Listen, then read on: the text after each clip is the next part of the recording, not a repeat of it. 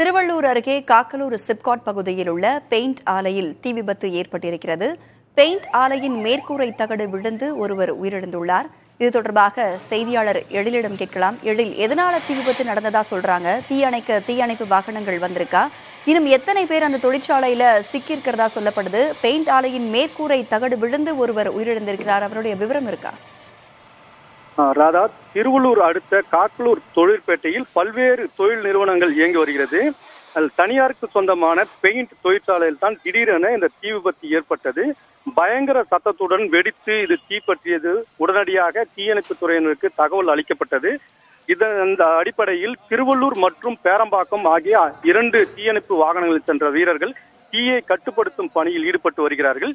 எனினும் கூட இந்த தீ மலமளவென்று பரவி கரும்புகையுடன் பெரிய அளவில் இந்த தீ விபத்து ஏற்பட்டிருக்கிறது. ஏனென்றால் இந்த பெயிண்ட் மூலப்பொருட்கள் அடங்கியதும் ரசாயன பொருட்களுமாக இருப்பதால் இது வெடித்து சிதறி வருகிறது. இதன் காரணமாக பெரிய அளவில் இந்த தீ விபத்து ஏற்பட்டிருக்கிறது.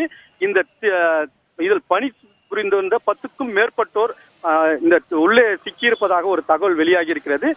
தற்போது அதிலிருந்து ஒரு பெண் ஊழியர் மீட்கப்பட்டு திருவள்ளூர் அரசு மருத்துவமனையில் சிகிச்சைக்காக அனுமதிக்கப்பட்டிருக்கிறார்.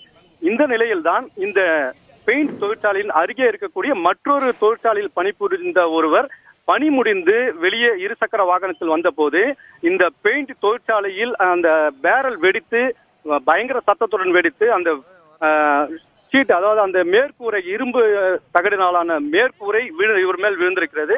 அந்த இருசக்கர வாகனம் ஓட்டி வந்த போது அப்படியே மேல் விழுந்ததால் இவருடைய தலையில் பலத்த காயம் ஏற்பட்டது. உடனடியாக இவரை மீட்டு திருவள்ளூர் அரசு மருத்துவமனைக்கு கொண்டு சென்ற போது அவர் ஏற்கனவே உயிரிழந்து விட்டதாக தெரிவித்திருக்கிறார்கள்.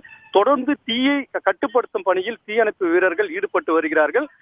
முழுமையாக தீ அணைத்த பின்புதான் இதனுடைய சேத விவரம் மற்றும் உள்ளே சிக்கியிருக்கக்கூடிய நிலையம் தெரியும் என தீயணைப்புத்துறை அதிகாரிகள் தெரிவித்திருக்கிறார்கள். ராதா, காயமடைந்தவர்கள் 4 பேர் மருத்துவமனையில் சிகிச்சை பெற்று வருகிறார்கள். மேலும் 10க்கும் மேற்பட்டோர் உள்ள சிக்கியிருக்கிறதாவும் சொல்லப்படுது. அவங்கள மீட்கும் முயற்சி தற்பொழுது எந்த அளவில் நடந்துட்டு இருக்கு? தீயை அணைக்கும் முயற்சியில வனத்துறை ஈடுபட்டு இருக்காங்க. அவங்களுக்கு என்ன மாதிரியான சவால்கள் இங்க இருக்கு? ராதா, இதாவது இந்த தீ பொறுத்தவரையில் பெயிண்ட் தொழிற்சாலை என்பதால் ரசாயன பொருட்கள் அதிக அளவில் இருப்பதாகவும் இந்த பேரல்கள் வெடித்து சிதறுவதாகவும் தீயை அணைக்க முடியாமல் தீயணைப்பு வீரர்கள் திணறி வருகிறார்கள். 2 தீயணைப்பு வாகனங்கள் வந்து இருக்கக்கூடிய வீரர்கள் இவர்கள் பெரும் சவாலாகவே இருந்து வருகிறது. எனினும் கூட தொடர்ந்து இவர்கள் உள்ளே சென்று அதை அணைக்கக்கூடிய நிலை ஏற்பட்டிருக்கிறது. தொடர்ந்து இந்த தீயை அணைத்த பிறகுதான் அனைத்து விவரங்களும் தெரிய வரும் தீயணைப்புத்துறை அதிகாரிகள் தெரிவித்திருக்கிறார்கள். ராதா, தற்போதைய விவரங்களை வழங்கியமைக்கு நன்றி எழில்.